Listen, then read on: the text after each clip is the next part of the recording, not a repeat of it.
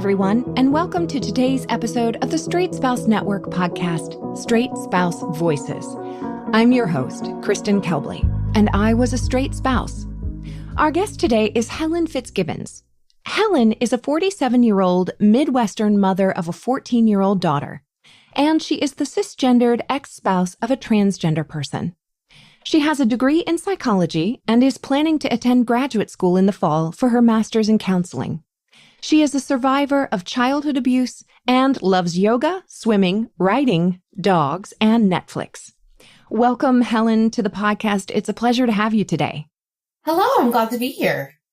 I am so glad to have you on because you created what's known in straight and cis spouse circles as the Cis-Spouse Bill of Rights, which is a little bit of a loose document about sort of a Bill of Rights for people who are experiencing their spouse going through gender transition. And I wanted to have you on today because I think it will spark a lot of conversation to talk about the Cis-Spouse Bill of Rights. I think it will spark a lot of interest as well. But before we get into all of that, Helen, I want to invite you, as I do every guest on the podcast, to start off by telling us your story. How did you become a cisgendered spouse of a transgender person?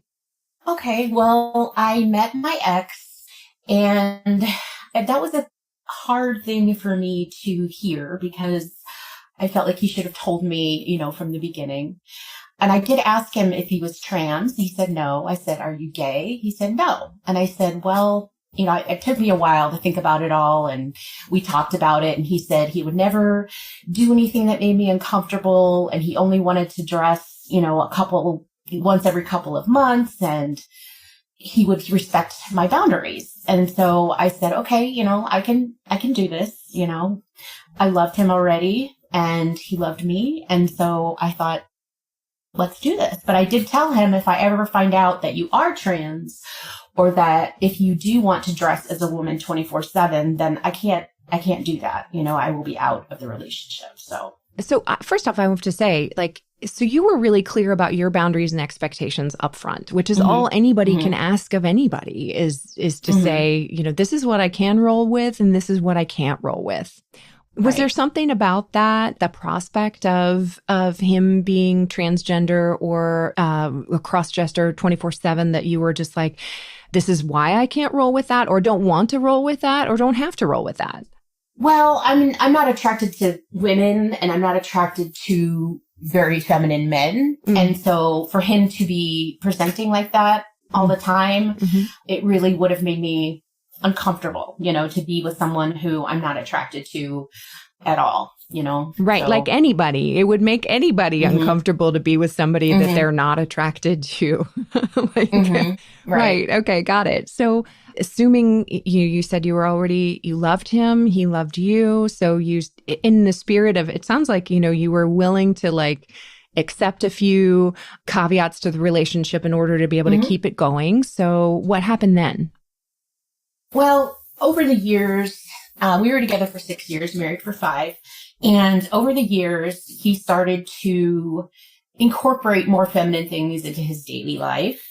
It became more, instead of, every few months, it became, maybe every other weekend. Or towards the end there, what happened is his ex-wife died suddenly in, I think it was 2015.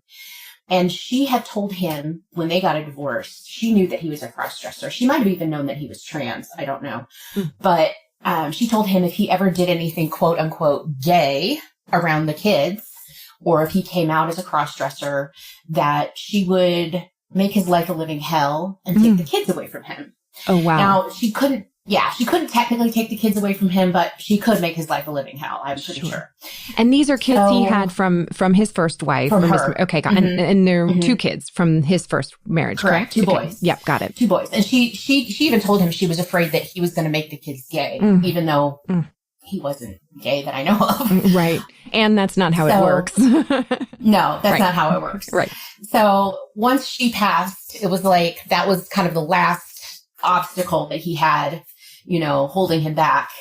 And he started wanting to paint his fingernails every weekend that we didn't have the kids with us and have his fingernails painted all weekend and had his toenails painted constantly and wanted to go out in public wearing male clothes and like male sandals, but he really wanted people to see that he had his toenails painted. And, you know, I was very uncomfortable with that. And, you know, I wasn't angry about it, but I was just like, people treat you differently.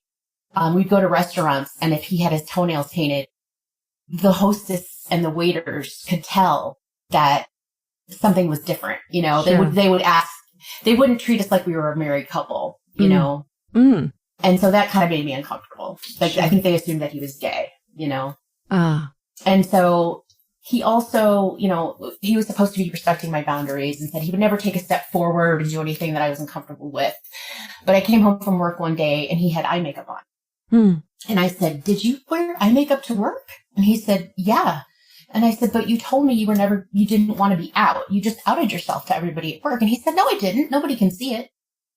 I said, "I can see it. Why would you wear makeup that no one can see?" Right.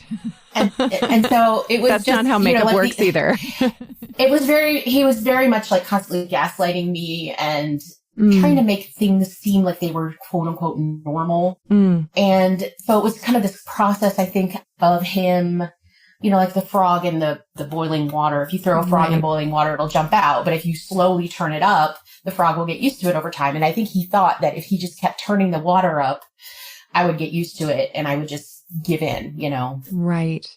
And so you're experiencing this where you're seeing small changes kind of sort of consistently and more frequently, and it's head scratching, or you're going, okay, that's not what we talked about or what I thought we agreed on or what have you. And it's happening anyway. So kind of what happens then? Like what becomes that if he's thinking that, or if we think he's thinking that you're just going to get accustomed to it and roll with it, obviously that didn't happen. So what happened? So, well, one thing I should say is that we did go to therapy for a while because he had said some things that I thought made him attracted to men. Our sex life was very odd. So we went to this therapist, and I think now looking back that he told her that he was trans in their individual sessions because everything that I questioned and said, well, this isn't really normal for a quote unquote straight man to be doing these things. And she would have an excuse for everything. Instead of asking him, well, what do you think about that? She would just say, well, lots of people do blah, blah, blah. Lots of people don't have sex on their wedding night. Lots of people wait 3 days on their honeymoon to have sex. Lots of men say they're attracted to other men. That doesn't mean that they act on it. And I was like, what? And so we didn't really get anything out of it because I think she was trying to ease me into a mixed orientation marriage against my knowledge, you know, without my knowledge of it. Right. So I think this is such an important point for people and our listeners to be able to hear because, okay, so there are gender stereotypes and we do culturally have these sort of man box that we put men in. And there is this cultural thing that says, okay, men don't wear nail polish or, you know, manly men don't do this or feminine women do this. Like we have these sort of rigid rules in society and we're all kind of swimming in this water where these rules exist. And some of us are pushing those rules and some of us are not pushing those rules. Some of us adhere to those and prefer adhering and some of us push against and rebel against. But when the idea of like, oh, well, not everybody does all of this normal stuff is kind of sort of being used as a way to get you used to something that you don't really know what it is on its face value that you're being asked to accept. That, I think, to me, that's the thing that's really, I'm trying to think of an analogy that is appropriate, but it's like, you know, go ahead. Yeah. No, I think she was gaslighting me. I mean, just straight out, she chose him over me and they were gaslighting me saying, oh, this is all normal. This is all normal, you know? And it's like, no, it's not normal for you to have like a really good sex life for 6 months. And then suddenly out of the blue, he turns into a different person sexually. Right. Like a totally different person. Right. Which is really common. Yeah. With the so-called, you know, that's another story. But. Yeah. Well, it happened in my marriage to a gay man. So like that. Oh, really? There was, you know, well, actually, in a roundabout way. That happened. The sex life pre-marriage was one thing, and then a switch was flipped, and then it was something else. And then again, during our separation and divorce, it was something else altogether. Like the person who showed up in the bedroom was, it was like a 180-degree difference, which is very confusing. So, yeah. It is. Because, I'm used to the fact that, sex kind of slows down or you don't have it as much and you go through period. But this wasn't like that. This was like a totally different person was inhabiting his body, Right. And they were trying to tell me that was normal. And I'm like, that's not normal. I'm not a virgin. Like I've been married before, like I know this isn't normal. Right. But the thing that got me was, which I've talked to a lot of other spouses online, and they said that this event also caused their spouse to come out, was the Orlando shooting. And I can't remember what the name of the club was. Oh, the Pulse nightclub in Orlando. The Pulse nightclub. Right. In 2016. And that just really shook both of us because I have always been an ally of, the community. And I used to go to gay bars with him and drag shows with him. And he was out at a gay bar that night, and I wasn't watching the TV or looking at the news or anything. And anyway, so he came back, and we woke up the next morning and saw it, and we were both just like in shock. I think that really made him want to come out. And I've talked to a lot of other straight spouses who said it was right around that time after the shooting that they felt like, I can't hide anymore. Like I have to represent who I really am. I'm not going to let, society, keep me from being my true self. Right. So that Pride, it was a couple weeks later, was very emotional, obviously. I didn't go to Pride with him because it's too hot, but it's too hot where we live. But, he spent all weekend at Pride, and he, was out until like 3:00 in the morning, and then he woke up in the afternoon. It usually would take him 4 or 5 hours to get ready to be fully dressed. So he got ready and he went out, and he was gone until 3 a.m. And on Sunday I woke up and I thought, oh, maybe we can go have breakfast or something together. And I looked over and he was already dressed as a woman again, ready to go to the parade. And I just looked at him and I thought, he's trans. Like, this is not just cross-dressing anymore. Right. Because, also between the Pulse shooting and Pride, he had wanted to come out to his coworkers. And I said, I was thinking to myself, they already know. I mean, right. he wears eye makeup to work. I'm sure they know something's not right. Right. He wanted to come out to them as a cross-dresser. And I had said yes, because, I figured they already knew. And it just kind of felt like it was a force of nature, Right. It was like the spring coming. You can't stop the spring coming. You can't stop the spring, so, right?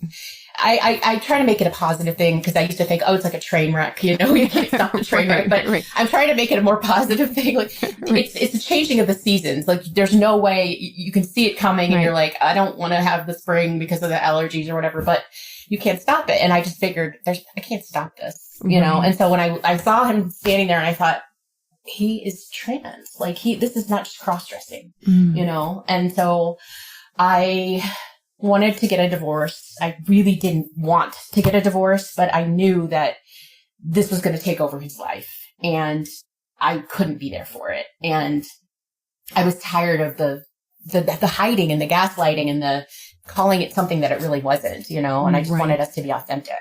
Right. Like, just tell me what we're dealing with. Yeah. Like, and go ahead. Oh, I'd asked him many times. I was like, there's something wrong. Like, there's something wrong. Like, this is not just cross-dressing. I was like, are you trans? And he would say no, over and over and over again. And so, I'm sorry, what were you going to say? Well, and do you think, and of course we can't ever get inside someone else's head. We can never be there. But, we, as the spouses of somebody who's going through some kind of transition or coming out in some way, whether it's sexual identity or whether it's gender identity, we can intuit some things. I mean, yes, we filter it through our own experience of our spouse transitioning, but did you get the sense that he was trans and not acknowledging it? Or do you get the sense that he was, like really not sure and simply just not there yet, admitting it to himself or owning it fully? I do think he had some of that going on. Like he didn't want to admit it to himself because it is a lot. I mean, it's the transition process is not easy and it's not, and I don't, he knew that if he told me that I would leave because I'd made that clear from the beginning. Like when I went out with him when he was dressed as a woman, like I just wasn't attracted to him. And so I had a thing, like I just didn't want us to touch each other. I was like, okay, I'll go out with you and we can have a good time, but we're not like romantically involved while you're dressed like that. I don't know how to explain it. Right. No, that makes sense. Yeah. But if he had been like that all the time, like I just couldn't have handled it. So he knew that. I think it's a good moment to address something before we go to break. And that is, we've been using the gender pronoun he and him the entire time. We've been talking about your ex. And so I just want to, there are people who are going to be listening to this who are going, wait, why isn't she saying she? Right. Are they misgendering, et cetera? So I want to give an opportunity to be able to address that. And then we'll go to break and we'll come back and we'll talk more. Yeah. Okay. I want to make that clear because, he and I are no longer in touch, but I have checked we aren't friends on Facebook, but I check his Facebook every once in a while to see if he's still using his male name. And so as far as I know, he's still using his male name from what I can see in public. Right. So that's why I'm using the him. And if I ever see that he changed his name to his female name, then I'll start saying she. But it's kind of weird, like, when you're talking about the past before someone transitions. Yes. It's just, you want to make sure you're trying to explain the past and saying, okay, he was he then, but she's she now. So am I misgendering? Right. At what point does it become, when it's a transit, also too, when it's a transition that comes over many, sometimes weeks, months, years, there, at what point, but then also there's your reality too, which is like you entered into a relationship with a man and had that person been presenting female to you at the time, you would not have entered into the relationship with them, period. So, there's your history in that as well. So it's not cut and dried and black and white, I think, as many people think it is or ought to be, especially if you're living it. That's the point that I want to make, is if you're living it, it's all fine and good to comment from the outside looking in on these things. But when you're living these transitions over many weeks, months, years, it's a different experience.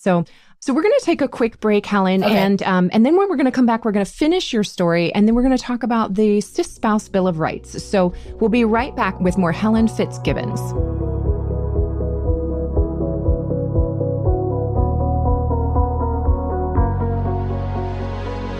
Hey, everyone. We want to thank you for tuning in to the Straight Spouse Voices podcast today. If you think we're doing good work and you want to hear more straight spouse stories, we need you to do us a solid. Leave us a review or rate us with lots of stars on your podcast app. Or tell one friend about our show so they can tune in too. The more people who listen, the more we can keep this thing going. And finally, if this podcast has been helpful to you, please consider donating to help keep us on the air. You can show us the money at weblink.donorperfect.com/voices. And thank you for your support. And we're back with more Helen Fitzgibbons and her Cis-Spouse Bill of Rights. So Helen, before the break, we were still finishing your story, and we kind of got up to the point where your ex, it was right after the Pulse nightclub shooting, and you looked at him one morning and was just like, he's trans. He's not just cross-dressing. He's not just experimenting with women's clothing. He's trans. So what happened then? Our kids were with us, and my daughter and his two sons, and it was during the summer, obviously, because it was Pride. And, they were set to go stay for like a week with their other family, my ex and his grandparents or his parents. And so I was going to wait until they were gone because I really didn't want to have that conversation, when they were in the house. But he finally asked me like 3 or 4 days later, what is wrong? Like, I can tell something is wrong. And I just said, well, do you remember when you told me that you're a cross-dresser? And I said, if you ever want to go 24/7 or you're trans, then I can't stay. And he said, yes. And I said, well, you're pretty much 24/7 now. And he said, no, I'm not. And I said, you are doing all of these feminine things. And give you a list, but that would be boring. But, he was wearing, some female clothes, some male clothes. He was, painting his nails, grew his nails long, painting his toenails, plucked his eyebrows, wore makeup to work. And just a lot of female behaviors. And I said, I really think you're trans. And he just sat there and didn't say anything for a while. And he said, I feel like I'm abandoning you. He said that. And I said, and I said, so you are trans? And he said, yes. And I said, okay, well, he said, what do you want to do? And I said, we need to get a divorce because I can't be with, I need to be with a man. Right. And yeah.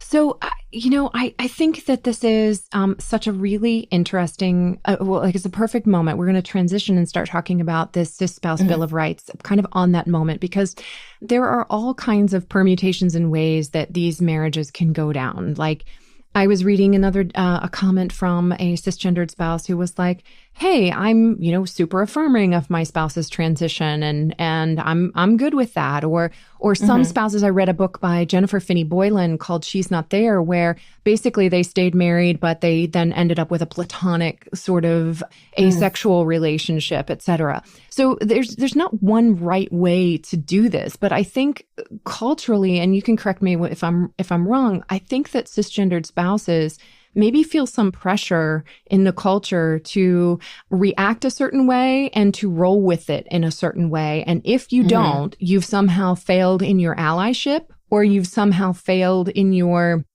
LGBT acceptance, or you've somehow, or that means that you're transphobic or something like that if you don't roll with it. Did you feel that pressure?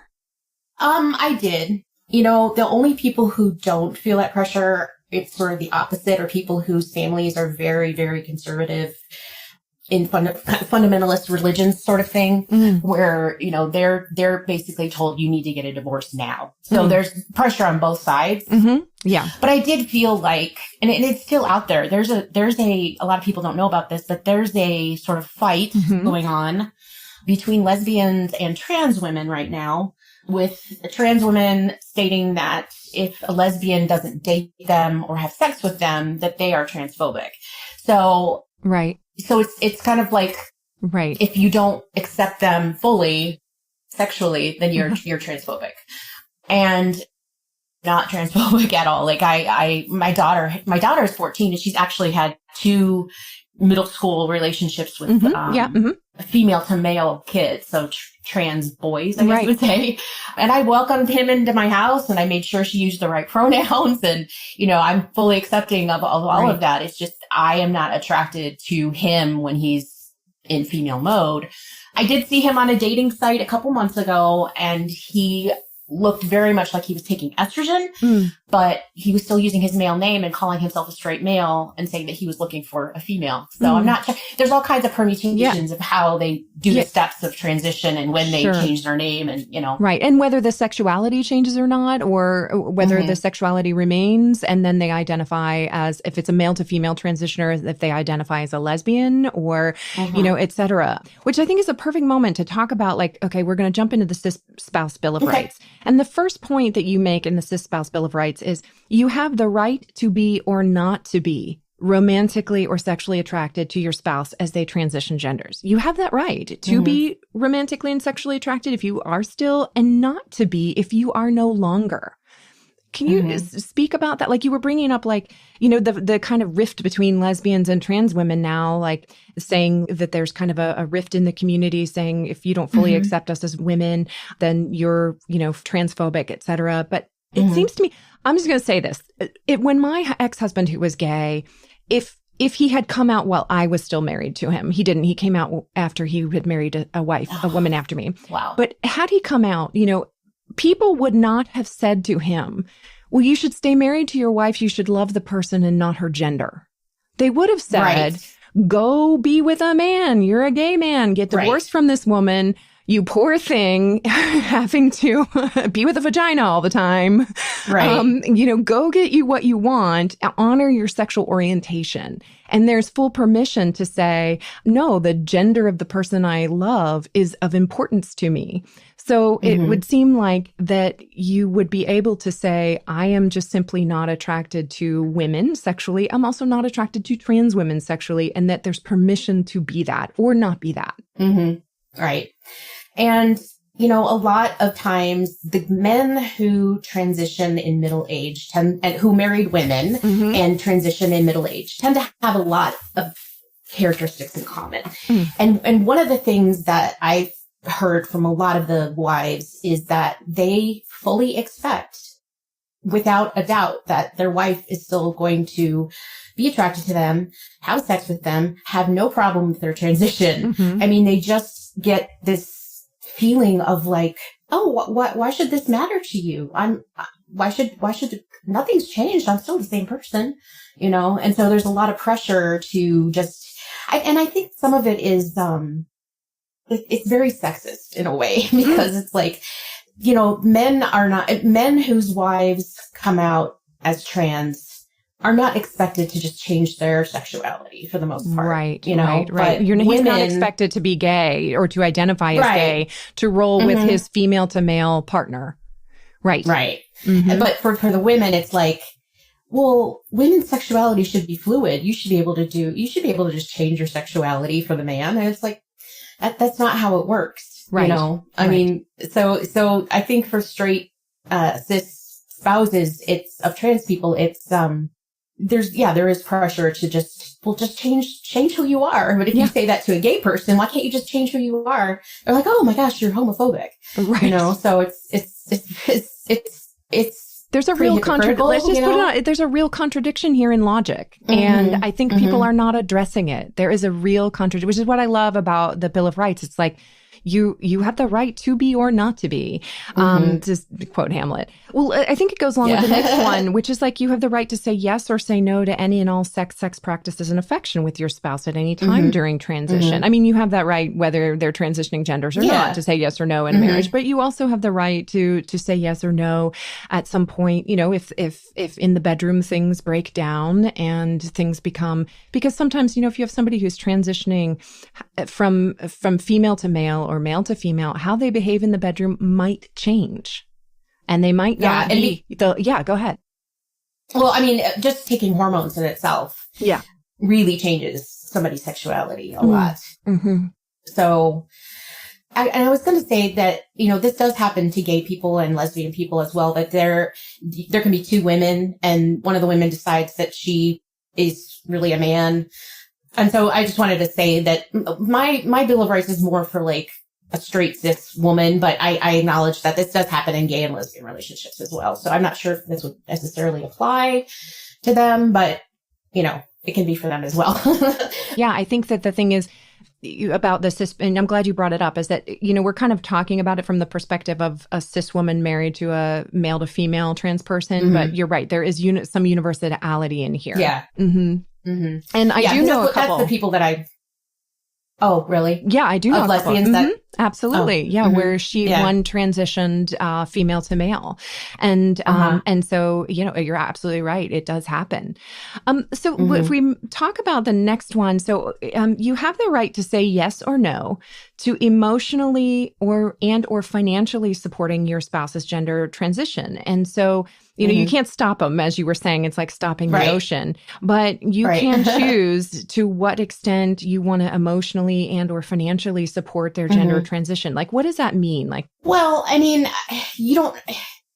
if you are, most women in our society we're brought up to kind of like be giving and nurturing and take care of other people. And there's mostly an expectation that you will emotionally support them in the transition and that you'll be fully, excited about shopping for clothes and calling them by their new name and and going to the hormone therapist. I mean, going to the therapist or the doctor that gives them hormones, and it's okay for you not to be rude, but just to say, like, this is my line in the sand. I'm not comfortable shopping for clothes with you. I'm not comfortable, showing you how to put your makeup on. I'm not comfortable sharing, female, activities with you.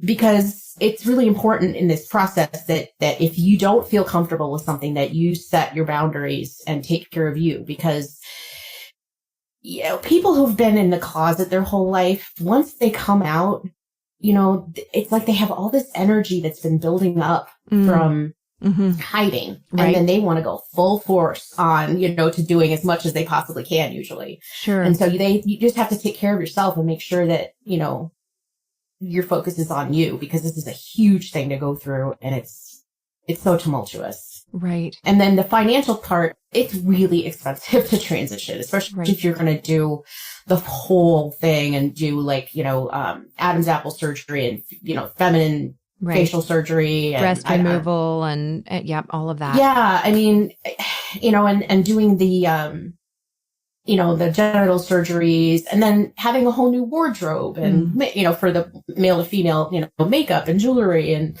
all the things accessories, And so a lot of times I'm talking about like the men who are married to women and transition, in their middle age.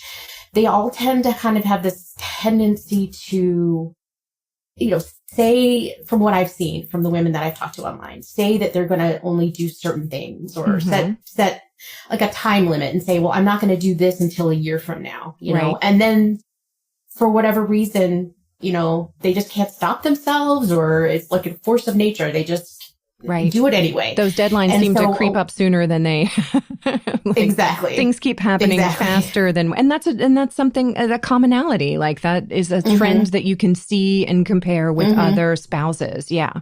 Right. And I think it's, like I said, they've got all this energy that they've built up for so long hiding, that it's like they just can't stop themselves from moving forward, and so sometimes, people end up going through a divorce and having massive debt, because the other person did get, permanent full body hair removal and all of these surgeries, and spent all this money on their clothes and their nails and waxing and, so that's one thing that I think people really need to be mindful of is the cost of all of this. So you can end up divorced, and in divorce, you get 50% of the marital debt. And so you would end up with half of the cost of your spouse's gender transition. And sounds like it can be, even maybe a slightly more expensive transition because of the pink tax. The female things are more expensive, or haircuts are more expensive, nail polish, all of the trappings of womanhood are more expensive. Right. And speaking of the trappings of womanhood, one of your, on the Bill of Rights is you have the right to say yes or no to sharing your clothes, makeup, shoes, underwears, bras, swimsuits, purses, jewelry, nail polish, accessories, etc. I guess for the guys, you don't have to share your cologne or your Axe body wash, or you can share it if you want to, or your Old Spice, or whatever it is you use. So I'm dating myself here. Your Drakkar Noir or your CK1, whatever. Your polo. Yes, your polo. But so you can decide, no, you need to have your own nail polish. You need to have your own clothing. You need to have your own accessories, your own makeup, that sort of thing. Was that something you experienced? Was like... I luckily did not, because we wore different sizes. And but, he had more makeup and more purses and more underwear than I did. Got it. And but I really felt like, if people want to share, go ahead and do it. And the other thing about this Bill of Rights is you have the right to do these things. You have the right to ask for these things. It doesn't mean you're going to get them. Right. You can ask. Mean that the you can't expect. Yeah. Right. Yeah. Because I've known, women that have said that, their husband just goes and takes their clothes without even asking, and stretches them out. And oh, yeah, I've heard about that too. Like, the husband wears my, $80, bra from the high end, and then I couldn't wear it again because it's been stretched. And that does kind of suck. Yeah, it sucks. There's some respect there that goes with this. Yeah. Right. And I think for, you need to have boundaries. You need to have your own identity. And I have heard, I didn't experience this, but I have heard that some of the men try to look like their wife, which I would just be so creeped out by that. Yeah. But he, tries to dress like her, does his hair like her, gets a wig that looks like her hair. Right. And I think that's really off-putting for a lot of women. I have heard a story of one person saying, can I take a picture of your breasts so I can take it to the doctor? Because I really like your breasts. You know what I mean? And it's like, there is a little bit of like I think that you can feel a little bit sort of impersonated. And the way it was explained to me is it's like, well, your wife is that first example of femininity to you, and it's the closest example of femininity to you. So sometimes there's like a modeling that happens. But if you are the wife, that might feel a little bit boundary violating to have someone imitate you and do the same hair color and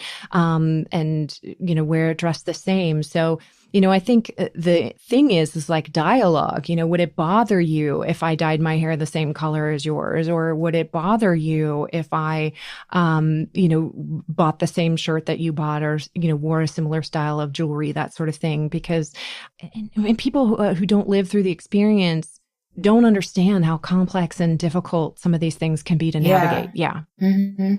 So, well, Helen, we're going to take another quick break. And when we come back, we're going to talk about some more of the Cis-Spouse Bill of Rights. So we'll be right back with more Helen Fitzgibbons.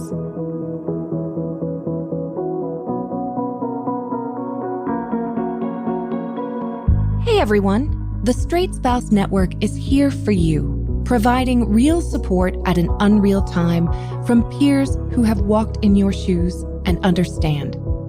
If you need help, check out straightspouse.org. On our website, you'll find resources, reading material, an open discussion forum, links to the podcast, and more. Reach out. We're here. straightspouse.org.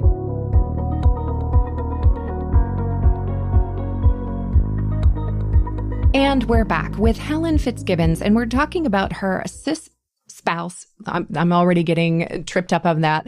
I was going to say cisgender, Cis-Spouse Bill of Rights. And so the next one I wanted to talk about, Helen, is you have the right to all of your feelings, whatever they are. You have the right to feel accepting, open, happy, enthusiastic, and affirming about your partner's transgender identity. And you also have the right to feelings of embarrassment, shame, sadness, grief, anger, upset, betrayal, if you have those. So can you talk about that, like all of the feelings that happen for the cis-spouse in transition?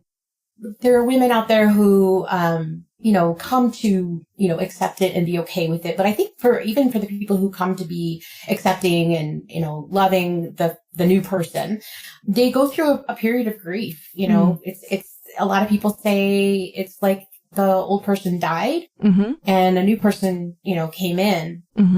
So, it for me personally, I did feel very ashamed and embarrassed because I felt like, how did I not see? I mean, I kind of had a feeling, but like, how did I not see this? Like, how did I not see this? Plus it was my second marriage. So it's like 2 divorces. And I was like, oh my gosh, I think I just couldn't believe that I was getting another divorce, but even for people where it's their first marriage or, they're not married or it's a relationship, some of us kind of feel, and I know the people who are married to gay men and lesbians kind of feel like this too, like, why did this person pick me? Is there something about me that, they thought they could get away with this, or am I too gullible? And so you go through this, these emotions and feeling like you were lied to, kind of, because you were lied to for the most part, I think. I mean, I don't some of us were, yes. Yeah. Yeah. I mean, I have a hard time believing that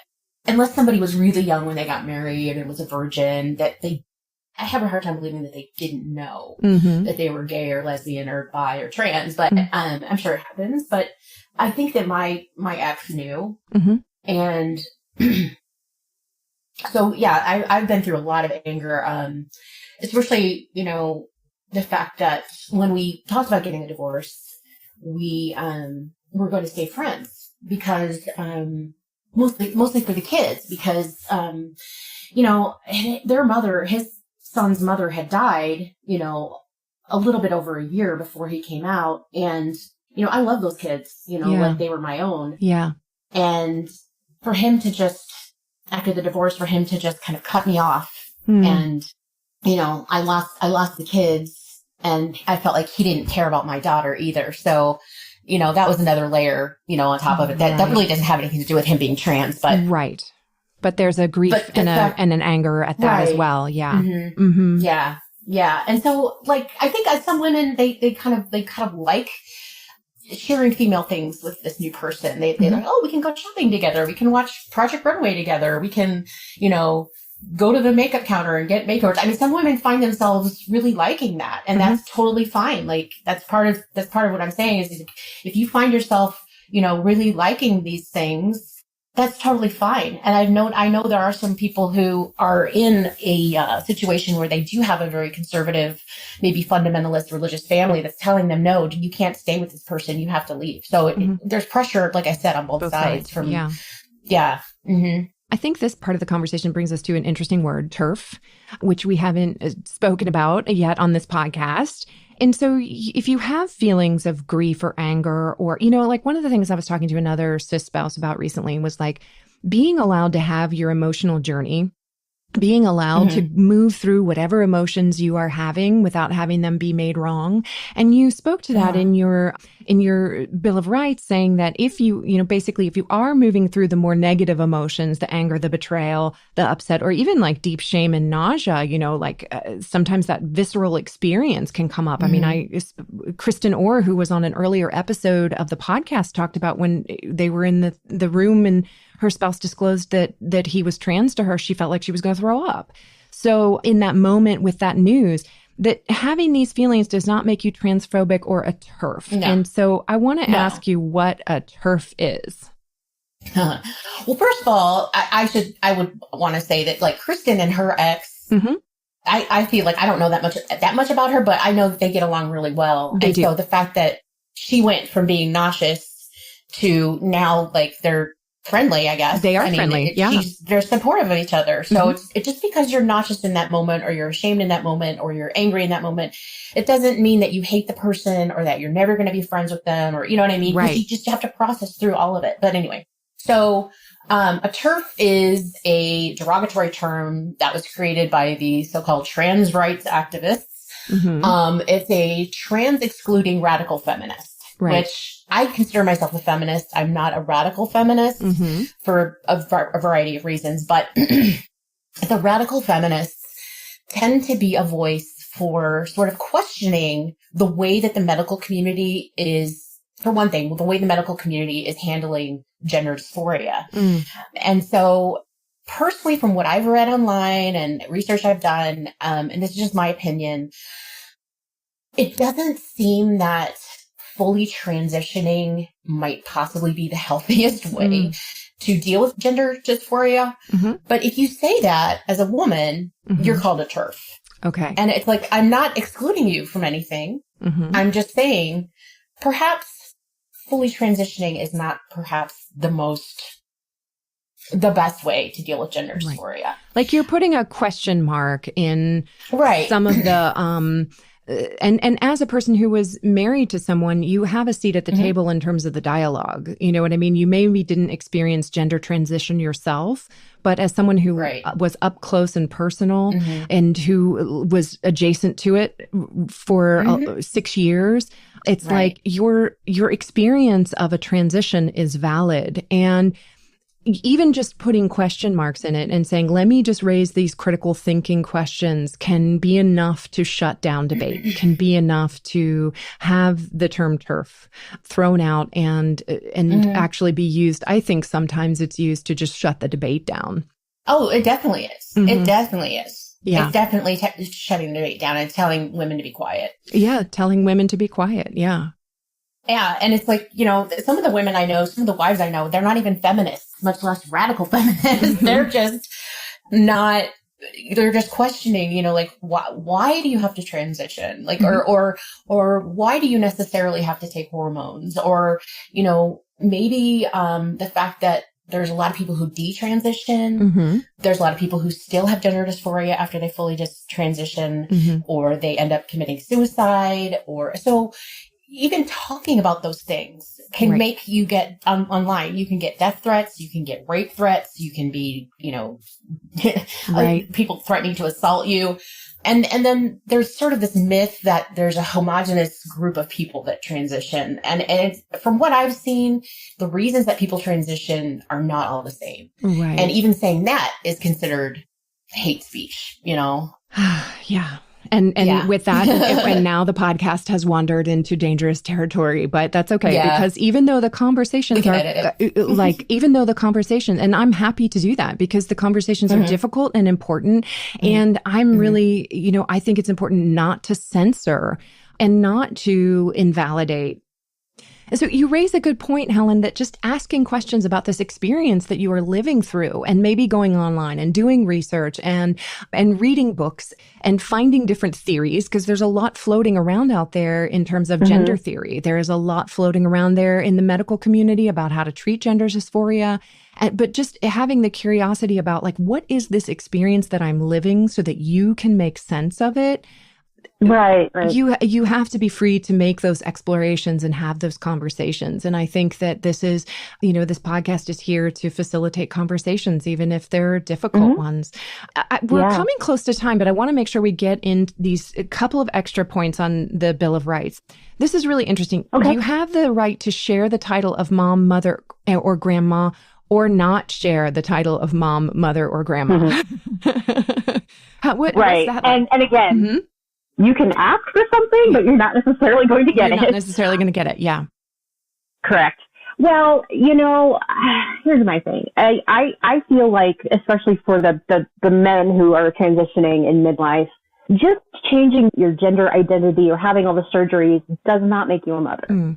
What makes you a mother, and this is true for adoptive mothers as well, is you have lived in a society that treats mothers and fathers differently. And so you have gone through the judgment from people about everything that you did when the kid was a baby. And you've gone through being seen as less than at work. And you've gone through, children just treat their mothers and their fathers differently. They really do. Right. And so just changing your pronouns and your body does not give you the experience of being a mother or a grandmother. Right. It's a unique experience. And it's because of the way that society, treats mothers differently than they treat fathers. And you can't change that. And I've even asked people, do you feel like your kids treat your ex or your spouse differently now that they've transitioned to a woman? And they always say no. I mean, they don't treat them like they're a mother or a grandmother. Right. Yeah. Because the society judges you differently, has a different measuring stick or standard about what a mother is, what a mother should do, what a mother's jobs are, roles are. And then also the father has a different measuring stick about, and so I think you were saying to me before, transitioning genders does not give you the life experience of all of those years of having been a mother or a father. Right. Yeah. I mean, that's just my opinion, but, I feel like it really hurts a lot of women when they have to share Mother's Day. And so I was doing some research into this and I thought, well, what do lesbians do when they get a divorce? Do they, say that they consider themselves to be, two moms of the kids. And I found that a lot of times what they do is if one of them biologically, gave birth to the kids, that person gets Mother's Day and the other person has like a completely different day that they call I don't even know what they call it, but I thought, that would be a really good compromise, I think. Yeah. It would be like, you don't have Father's Day, but maybe you have another day that you just call this is our day, Right. That's a really nice compromise. I mean, it seems to me like it would be a really sort of enlightened compromise, and that if you carried the children and gave birth to them, that there is some honoring of that process, which women go through to bring people into the world. And we'll talk about one more of these, and then we'll be at our time. So you say you have the right to seek and find support. And to tell who you need to tell in order to find that support. So you kind of talk about like not being sort of confined by a closet of secrecy if you need to, talk to people about your own support needs. And so can you talk about that a little bit? Well, I think that getting support is so important. You don't have statistics on it, but just from word of mouth and people that I've talked to, the rate of suicide in spouses of people who transition is pretty high. Almost everybody I know at least tried it. And that's pretty sad. Yeah. Like I've asked on these groups, like how many of you have tried, attempted? And almost everybody says they attempted, which thank God they didn't do it. And that's something we don't hear about. We might hear about suicide rates among LGBT people and youth, and we should hear about that. We should hear about that. But we also need some research into the spouses of people transitioning and what they're going through emotionally. So. Yeah. And so a lot of times they'll tell you that they're trans and then they want you to stay in the closet. Or they, I've heard women say, my husband told me that I can go to a counselor as long as he approves of who it is. Yeah. And so like you have the right, or as long as the counselor doesn't blame me and make it seem like I'm the bad guy. And I thought, no, like that's not how this works. Yeah, you get the counselor that you want, that you're comfortable with, and that is supportive of you, right? And I do not advocate outing somebody just for the sake of outing them because they could lose their job, they could get in trouble with their family, you know. But I'm saying you finding support for yourself, and if that person is saying, I don't want you to tell anyone, that's not fair because you're dealing with something that is so huge and traumatic, and it's a life-changing thing. You need support, whether it's a therapist, a support group, an online support group, your sister, Right. You have to be able to talk about it if that's what you need. You do. Yeah. Because, I mean, when I found the straight spouse groups, I was just like, oh my gosh, somebody gets me. Right. Because I felt like I was an alien on a planet all by myself. Right. And like, I had no idea what I was doing and who, how to handle it. Right. Right. And so, yeah, you need support. Well, on that note, we are going to have to end today's podcast. And I thank you so much for coming on the show today, Helen, thank you to for share. having me. I mean, we got to talk about maybe half of the cisgender Bill of Rights, but we did talk about it. And we talked about some of the more controversial things that, can kind of get us in trouble for even talking about or speaking about in this current climate right now. And I say, let's have those conversations. Let's not censor those conversations. Let's just speak about them robustly and let's speak about them with respect. And for everybody who has been touched by this experience, and that includes the cis spouses who are going through their own transition as well. I would like to say to our listeners today, thank you so much for tuning in. Don't forget to subscribe to our podcast. You can find us on iTunes, Spotify, iHeartRadio, wherever you get your podcasts. Leave us a review. It'd be great if we had some good reviews and stars on iTunes in particular. We love to read our reviews. I just want to remind everybody that the views of the host, yours truly, are not necessarily the views of the Straight Spouse Network or its board of directors. I want to thank Brian Pickrell, my engineer and editor, for always making me sound even better. We got a new mic, and I'm kind of loving hearing myself talk a little bit, which I need to shut up. And until next time, everybody, this is your host, Kristen, reminding you to keep using your voice.